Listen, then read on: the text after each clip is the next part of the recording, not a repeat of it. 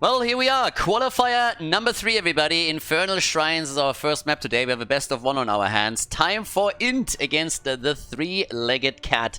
So the cats, they've been doing well. Once again, obviously, with the X-Cup Winter.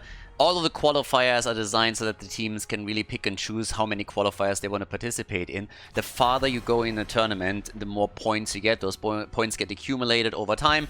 And at the end of the season, which is 10 qualifiers long, the teams that are in the top 8 make it to the to the playoffs. Now, there's a little bit more to it, obviously. The higher up in the standings you are at that point in time, the better your chances of getting an easy bracket in the playoffs, and you can literally pick your opponent for the first round. But at the same time, if players, for example, can't really make all of the tournament, it's not really a big deal. It's really just the entire tournament format is designed so that it's also convenient for the players and that they are not just forced to then always play with subs, that if they have like a bad day or if they can't get all the players together, they can decide, hey, today we're going to take a break. So now in our first round, we got Infernal Shrines. As mentioned before, this is still a best of 1 before we're heading into the best of 3 phase of the tournament in the next round. Obviously, once that we're heading into the playoffs, we're talking about best of 5s in a double elimination bracket. But the qualifiers, they are short and sexy. So, we got Vala ban, and also we got a ban on Stukov. Question, of course, at this point becomes immediately what happens with Rega, since he is still one of the most powerful supports that we have these days, after Blizzard finally deemed him worthy to receive a rework. And they ban Hogger, so Rega is left open for now. We have Lucio banned, we have Stukov banned. Doesn't really surprise that Stukov is already out. But an early JoJo pick. Okay. That's a high priority for her. Great hero, of course, but I didn't expect her as a number 1 choice. Not even on Infernal Shrines, where her Condemn is going to give you even more benefits and advantages, obviously. Yeah, but that's definitely an interesting one. So for Richo and his boys, I want to see what they're now going to do. Time for Int. Are they going to Int today, yes or no? We'll see. There's the Rega pick, Shocker, and Urel together with it. So, let's go. Very likely, again, the totem build for Rega. I would be surprised to see anything else here from them. That has been fairly established. I feel the only variation that we've seen so far is the level 4, where sometimes we've seen someone go into the heal and have some synergy with the later level 13 talent, if you want to. So, yeah. But outside of that, it was just like totem, totem, totem, totem, totem. So, Malfurion as the healer, plus also false stat. With Malfurion's root, you can already start to shut down some of the entrances into the shrines, a little bit similar to what you can do with Stukov. Not to the same extent, obviously, but still. But I'm a bit curious if what the cats are going to do today. They have been surprising so far, and I like it quite a bit. Now, with Malfurion taken, the first thing that they're doing here is also ban out Tracer. Tracer and Malfurion is still a perfect duo because of mainly the overheal that you can throw on her, so that she can go a little bit deeper in those fights. Oftentimes in the past, and even now, you see Tyrael taken together with that combo, so that there's an extra shield on Tracer as well. But either way, with the last ban coming in for Infernal Shrines, we're getting Tyrael banned out. Okay, but against the blue team in this case. Still need a main tank, so that's what we're currently waiting for here. And also, what damage dealers are we going to get for this one now? Are we going to get any mages? Lately, it was kind of interesting. We've seen a little bit more Gul'dan. We've actually had also a Kel'Thas pick again. I think it was in the last tournament, if I'm not mistaken. And I like that mages make a tiny comeback. Let's see if we're going to get more of them. Yeah, there's Gul'dan. There he is already. And we get Varian together with him. So Varian and then Rega with a totem afterwards. Gul'dan with a possible Horrify, but also all the damage that he can throw out. Has the AoE on the shrine too. Urel could theoretically try and mace the target back into the rest of the team. That's a good start. And whenever Kunis is going to bring a follow-up to Varian, if they're going to play triple melee, throw something along the lines of, like, I don't know, Maiev Kerrigan in there. But first, for the cats, we got Blaze and Mephisto. Alright, let's get the party started here. Final pick for Kunis on Infernal Shrines. Again, best of 1. First round here for the 2 teams in the tournament. And what's it gonna be? More CC or another range damage dealer? What are we getting from them? Frontline is already pretty heavy here. But they also go up against Johanna and Blaze, and that's a really, really powerful and also very sustainable comp. But there it is, Dehaka as the last pick. So indeed, we're gonna get more CC, a little bit more AoE too. Infernal Shrines, first map in the qualifier. Qualifier number 3 for the X-Cup Winter, everybody. Let's go. Time for Int against the three-legged cat. Time for Int against the three-legged cat on Infernal Shrines. We're starting things off with the blue team, running Arion on Varian, Rutek on Rega, Alvaros on Gul'dan, Kunis on Dehaka, and Richu on Yrel. Level 1 as usual, the Echoed Corruption. Gonna have the synergy with the level 16. The Ruinous Affliction later on. Dracula is playing Jojo with the Zealous Glare on level 1. Captain Rex on Malfurion, Horneo on Blaze. Marlow on Falstad also going for the stacks. And Herath is going for Mephisto with the Unyielding Power as his level 1 choice. Going into the Skull build over here, the Skull missiles. I mean, both of them are obviously totally viable. We've seen this particularly when we commentated some of the Asian games with the Chinese and the Korean teams playing. Depending on a map and team, we saw very, very different setups. Great mount, by the way, I gotta say. This is one of the best for sure. That little Nexus Panther here. If you don't go for the money pick, that one is definitely a good alternative.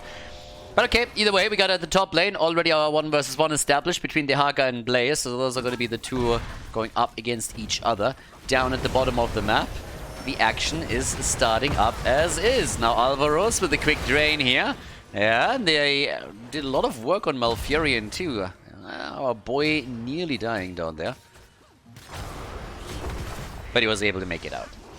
So all good for him. Falstad also having to be a little bit careful here, but he's not the only one, as you can see. Yrel is in trouble, and that might end up with even... who am I kidding? You're not going to kill Yrel in the early game. It's just not happening. She is just too jumpy. Gets out easily, no problem for her. But yeah. Okay, so for now, we have still the first shrine activated in 100 minutes, so it's all about the camps that spawn after the 1 minute mark. And the blue team has done a bit better in the early game. They were able to take their own camp. It was contested, but they were able to sneak it in, I mean, without any big problems. And now that results in them taking 2 out of the 3, so slight advantage already early on for Time for Int. Yep, good stuff. Now, with all of that said and done, the level 4 talents are kicking in, and that's of course where the party is really starting for the blue team, because they got our little choo-choo train over here for Arion, who's now going to hopefully pick Taunt. Don't tell me he's not picking Taunt. He's waiting. Why would you be waiting? Everybody knows what you're picking. There it is. For a second, he had me scared. For a second, he really had me scared. I was like, dude, don't go inting. I know your name is literally Time for Int, but you don't want to int that hard. There's no smashy smash over here. No. We're going all for the taunt. Varian has been practicing all his mama insults for a long time. All the "your mama is so fat that stitches can't hook her" jokes have been out there. So yeah, you need to pick that taunt. That's literally what you gotta go for. Goad them into attacking you and then let the rest of your team do their thing. That's exactly what you need to do. Now the first shrine spawns at the top side, so the shaman camps that the two teams are now taking don't really have the same effect as if they would spawn on one of the side lanes. They can defeat them pretty easily while at the same time fighting for position. And talk about fighting, I already got another little battle here in the middle for just a moment. But both the teams are now trying to get to level 7. So as I already explained in the past quite a bit, with the first objective you really want to get level 7. That's why every single team has currently one of their heroes on the side lane. The 2 globals are taking care of that. One of the main reasons that they're even picked here. And the first team to hit level 7 might have a window they can run and do a bit of work over here. So already we have our battle happening. Level 7 so far not taken, but here's the minion wave, so he can burn that down. And Dehaka is still at the bottom of the map. So Marlow went up top side, maybe a bit early. Is now moving into the middle again. Level 7 talents are ready. And with that, we got Dehaka on the Symbiosis.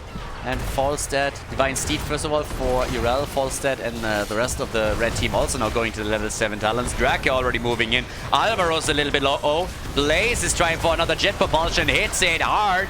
And we have a big battle on our hands. And the blue team so far isn't looking too good here. They really have trouble. They're trying to escape and they're able to make it out. Tap the fountain, but that could have gone the wrong way here for sure. So, yeah, they gotta be careful. If they really want to burn someone down, they need to do it soon. The lineup that they have can be dangerous, but the three-legged cat has done a very good job in the first run. Now, this is also a good opportunity for Alvarez and Gul'dan to get his stacks together, obviously. And he's trying to do exactly that. Hornio isolated. And here's the kill. Nicely played by Urel. Good job by Richu. And he's doing it again. This time against Jojo. And Drakir goes down too. Easy double kill now all of a sudden for Time for Int. And they are taking over on the Shrine. First Protector. We're gonna have an Arcane Punisher here. 18 stacks also for Alvarez. This couldn't have gone much better for him. Tons and tons of stacks. And of course now they need to deal with the mid lane. Because Falstad already just buzzed off into the middle. He knew perfectly well that they are not going to be able to take that Punisher. So Dehaka will likely move down. Already did, by the way. So yeah, tunneled in. Moves down to the bot lane to deal with the wave. Urel is taking over and catches the experience globes in the middle of the map. Ever since Blizzard introduced those to the game, you can now a little bit more sloppy with your rotations. And the team's obviously taking full advantage of that. Wall is going down, and also a completed quest for Mephisto. But at this point, the Punisher is doing some good work. I mean, the minimum that you want to do with the Punisher is take the wall down. They accomplished that, and more importantly, they now have their level 10 ability. So they're entire level ahead, and they should use that to take a few more structures down. Maybe steal these camps away, whatever they're gonna do. Also a quick side note again that obviously with the recent patch also introducing invulnerability to those fountains. You can't make that gay play anymore where you take the camp, provide vision over here, and then the Khazra camp takes them down. So that doesn't work any longer. You have to go for the fort and destroy it.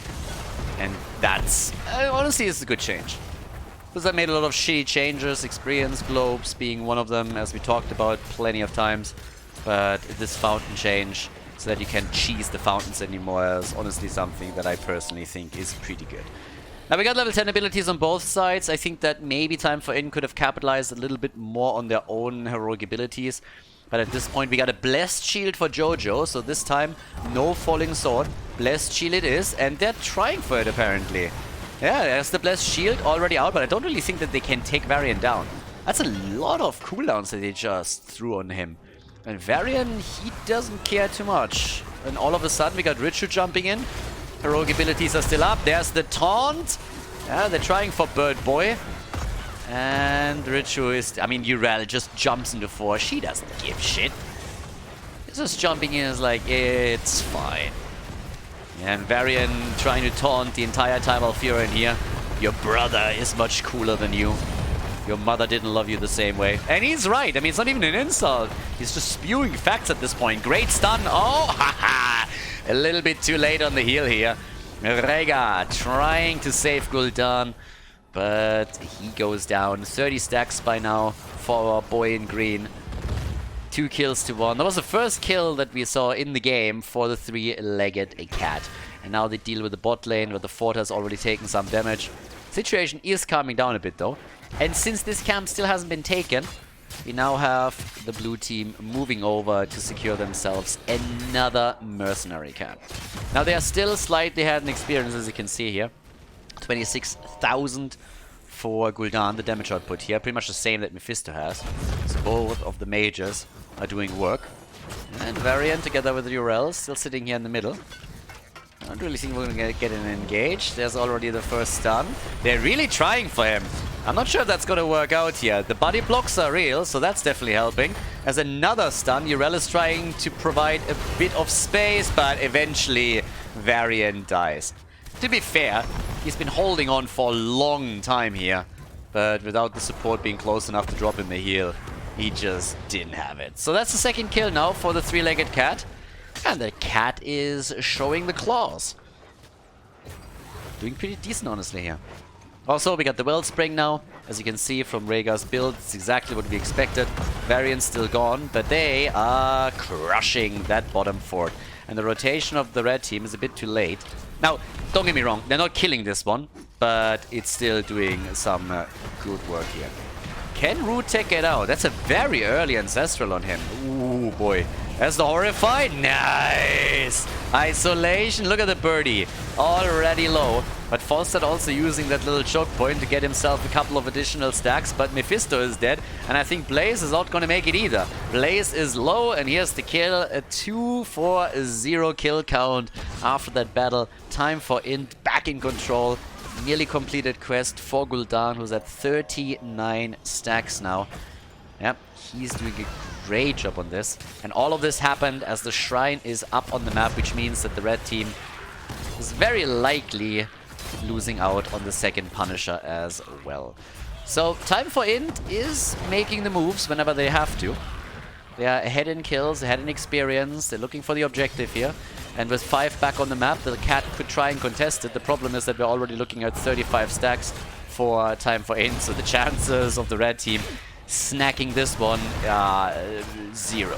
Pretty much 0, yeah. Now, Alvaros, as I mentioned, he's nearly done with this quest. Doesn't even have his level 16. But he's going to have a lot of damage output once that the Ruinous Affliction is all available. They get the stun here. That was pretty bad for Mephisto. He lost 50% of his hit points within a second there. Now, the Frozen Punisher is obviously pretty fantastic when you're trying to push some structures down, and we can see it happen right here in real time. The wall is gone, and the fort itself is down to 50%. The blue team is already starting to spread out on the lanes, as we have the Haka at the top, doing even more damage, and everybody else is moving bottom to try and take that fort down. So, technically, not a single structure has fallen yet, but if you look at the hit points on the structures on all lanes, then you can see that it's only going to take one good fight, and Time for Int is gonna just absolutely crush it. Big fight at the bottom. The Haka is gonna tunnel in. So far not making any moves here, still staying at the top. Horrify is already out. It's a 4v5. 4v5 that's being fought here, but the Haka is making an appearance, tries for the drag, doesn't connect it. They're getting the bunker out. The Haka still with some body blocks, and Malfurion is in trouble, but he's able to make his way out. They're going for Blaze, and they drop him. Blaze dies towards the end of the fight. Akun is still looking for another drag, has to pop the essence here, but the red team has to fall back, and Gul'dan is already doing his thing at the bottom of the map. He has the Ruinous Affliction now, and the quest completed. Doesn't get much better than that for him. 5 kills, 2-2, and the blue team, at least for the time being, in control of the game.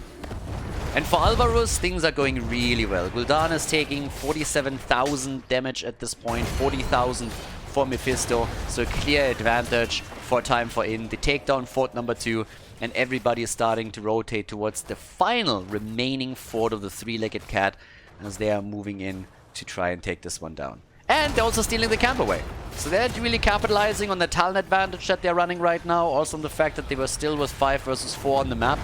And that is going to make it very difficult for the 3-legged cat to move into the middle and contest a shrine and take an objective. Thus far, red team hasn't won a single Punisher. Not even one. Now they still got, of course, Marlow, who can play the macro game a bit. He will always have to contest with the Haka, who's doing the same thing here. In the experience split, as you can see, minion experience is in favor of Time for Int. And even more importantly, they are really running the mercenary game on the 3-legged cat. They are doubling, more than doubling the experience in camps that were gotten. And as you can see on the minimap, they pretty much painted the entire map blue several times. So they are doing a great job just moving from camp to camp, getting pressure on the lanes, locking in the experience in that regard too. And just overall, the game is currently in their hands. To an extent, obviously, since we are on level 16 talents for both teams right now. So there is still a chance for the 3-legged cat to win a team fight. The next objective has been announced, and now you could make your play right there. And this is likely what they're going to do. Now already, we have another camp about to be taken. It's going to apply a bit more pressure up at the mid lane. At the top side, Ikunis is already moving through with another minion wave. It's going to play it safe here. Nobody's moving in from the 3-legged cat to even lock in those experience globes. They know that their best chance is to win a team fight and take that objective. It's pretty much the best chance that they have right now. The only chance, honestly. The Haka is applying topside pressure, and as already mentioned before, in the middle, we have that mercenary camp. But down here, we got Gul'dan already poking. Yeah, Urel jumping in, Dehaka making his move too, and they're all in the thick of things right now. The play for Mephisto is already forcing him back. Malfurion with his ult, dropping it early.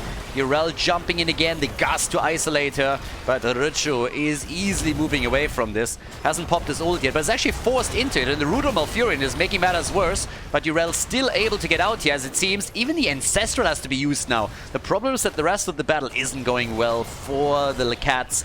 They lose Blaze, and now Time for Int is about to lock in another Punisher.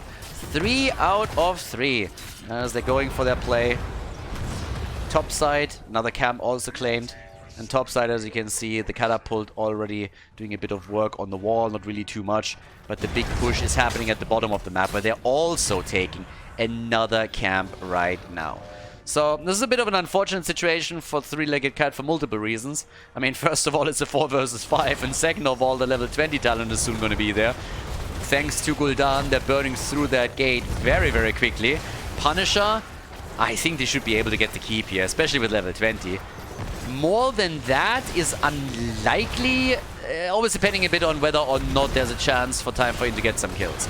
But the keep should fall, especially, of course, with Gul'dan. I mean, yeah, he is just shredding it right now. So they got their level 20s, and they're looking for that kill, but the Punisher has already been eliminated. 55,000 damage now for Gul'dan, 43,000 for Mephisto. With the keep destroyed, they're still posturing around a bit, hoping for Variant to land that taunt. That didn't happen so far. But now we have 6 kills. 2-2. Varian is coming in again, gets locked down for just a second, but no problem for him. Even the jet propulsion stun doesn't land. Oh, that was a nice one. Sniffing out Richu and then nearly dropping Urel, or at least getting her incredibly low. That was neat. But of course, they're sieging up now. And they should. They have level 20. In a great spot. Blaze, by the way, has been the punching bag throughout the entire game. Died 4 times. And talking about Blaze, there he is again. Audio in trouble. Horrify being used, but a bit too late. The bunker was already out, but it's a cooldown trait that we have. But just imagine if that Horrify goes off before he lands that bunker. If that happens, it's a guaranteed kill, and then maybe another keep that they can destroy here. But right now, it's all camps, full control for the blue team. And they're stealing, of course, one camp away after another. The experience lead on camps is absolutely insane. It's more than 3 times what we're seeing for the Three-Legged Cat. So the only thing that can really bring the red team back into this is a big team fight victory. And don't get me wrong, they got the tools. The Durance of Hate, you have also your Blessed Shield. There's a lot of stuns that they have that they could use here. But first and foremost, they need level 20 talents, or it's going to be an absolute disaster for them. It's unlikely they're able to break through here without at least having level 20 in their hands too. 2-level lead by now still, and more camps back up on the map. I mean, they're getting everything. The entire map, I mean literally the map is at this point painted blue. Every single camp is taken by Time for Int. And they're really diligent about it. They're looking at the map and they're saying, guys, there's very little we can do. We can siege up, but we don't have our cooldowns right now. We don't have heroic, so let's just wait a bit and then play this out properly. There's also another objective coming up, of course, so they can fight on that. Can still use the Haka on the side lane to make some moves towards the top keep. At the same time, Falstad is stacking nicely. He's at 105 stacks, so that's not too shabby. There's a level 20 now, finally, which gives us the Radiating Faith. We got the Lunar Shower. Much better than Golden Shower, by the way, just ask the Donald. But yeah, so the Lunar Shower is in. And by now, 60,000 damage for Mephisto, but Falstad is at 43k, so it's the second highest damage dealer on his team, with all of the stacks that he got together. Yeah, but Horny, oh no, not again! Kill number 5 against him. Couldn't even get the bunker through, and that might just be the beginning of the end here. 4v5 on the final fight, because let's be honest, if they win this one, they will likely try to push for core. Unless there's an incredible defense by the Three-Legged Cat on the keep, on the core, but there's just no way. So yeah, Blaze is down again for the 5th time. 2-level lead, the stats advantage for Time for Int, also pretty significant. And here's the play. Top side, by the way. Ooh, that was nearly a kill against the Haka. Where this fight is happening, keep this in mind. Top side also a little bit in trouble. So that keep is going to be attacked. The fight, on the other hand, is now turning on Mephisto. Everybody on the blue team is low too, but the Ancestral coming in with a Farseer's Blessing here. But the red team is actually doing incredibly well. This is a 4 versus 5, everybody. They kill Rhaegar. They're winning the fight. They're literally winning the 4v5 here. And they're trying to now go for Varian 2, who's protected, by the way, but not for long. And he goes down. What? They literally just won a 4v5 without their side laner. Hero's just popping off. The keep, on the other hand, is gone. But that was nasty. That was honestly incredible. Big damage from Mephisto in particular. He's at 88,000, guys. He popped off in the last fight, but now Mephisto is gone. The level 20 on Mephisto and just his build in general absolutely popped off in that last battle, but they still get the objective. The keep at the top has been destroyed. They might not be able to end here, but if they can remove the final keep of the map, then that's pretty much all that they need. But absolutely incredible. Mephisto just, he was way behind Gul'dan in damage. Way behind. In that last fight, made his damage numbers absolutely explode. He was crushing, absolutely crushing them.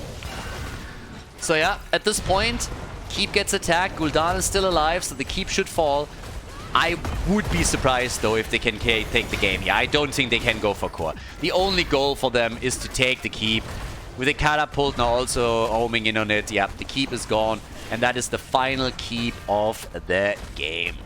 But Mephisto's back in 8 seconds. Situation is still dire. We are 21 minutes into the game, which means that from here on out, every single minion wave will spawn a Catapult for time for int on every single lane. And in addition to that, of course, there's no Catapults being spawned for the three-legged cat since they have still to take down a fort. Now, if you want to go for the boring but safe play, time for int shouldn't fight. They really shouldn't fight. If you're time for int, your safest play right now is to simply sit tight and let your opponent do their thing. Wait for the next objective to come up. Use the Haka on the side lanes. Steal as many of the camps as you can. But at the end of the day, you don't want to take a team fight. You just want to have the Winions end the game for you. Because with 21, 22 minutes on the map, Catapult spawning on every single lane, or the single keep being in play anymore, the lanes are gonna be pushing out. And once that the objective is being fought for, all you gotta do is delay this a little bit, and they will have to send someone back. And then you take the 4v5 and make a play. But right now, this is honestly all that you gotta do. Play it slow, and play it safe. 134 stacks for Falstad. I mean, Falstad is honestly getting some real damage out now. 60,000? That is pretty good. Johanna herself, by the way, on 57k. I have to mention that too. Falstad is as a side lane on more than 200,000 siege damage. I mean, obviously his job as the global, but compare that to, let's say, the Haka. He's at 127,000. So, yeah. But the red team, again, they are looking for fights, and the blue team, as you can see on the minimap, they're very unwilling to give them those fights. They know what happened in the last battle. They've seen the damage spike from Mephisto and experienced it firsthand. So they know that this isn't a assured victory. If they start losing team fights now, with all the momentum, there is a chance that this game still ends up as a win for the three-legged cat. If they just YOLO into fights. So they just don't give them to them. They just say, like, play it slow, control the lanes. Once that the objective is up, we're gonna poke in on that, and then the red team is in a very awkward spot. Because what's gonna happen once that the objective is up is that the mid and the bot lane are pushing towards core. And then, yeah, you can already see they're trying to make that play. I wouldn't be surprised if at some point Dracula is just simply forced to throw out a shield and hope that it hits. But yeah, so right now, here's the place. Look at the Haka. As long as he knows where everybody is, he pushes through. Falstad will take care of that lane eventually. But even that play here will force Falstad back. So that's, again, not 5 together. Shrine is activating. Everybody is staying safe. Everybody is not moving. It's literally one of those times where you just take your hands off the keyboard and the mouse. If you are these guys. If you are the global, that's a little bit of a different story. You still want to push some of the lanes out. Urel, obviously, with all the survivability. I mean, look at her. Hiding in the bush here. Playing it safe. Trying to push the lanes out. It's all about them controlling the lanes right now against Falstad. The birdie has to deal with all of this. Tries to take at least the catapults down. And now they can take another camp. But it's about the shrine at the top. So this is the moment where it's all gonna start. They can, at this point, just move towards the top and make the play here. Smart play up to this point for Time for Int. Let's see how they're playing it now. They use Urel already towards the top. Has to. Urel needs to move topside. She doesn't have a global. The Haka takes the next wave, and then he can go there as well. Might move into the middle and try to make the same play there too.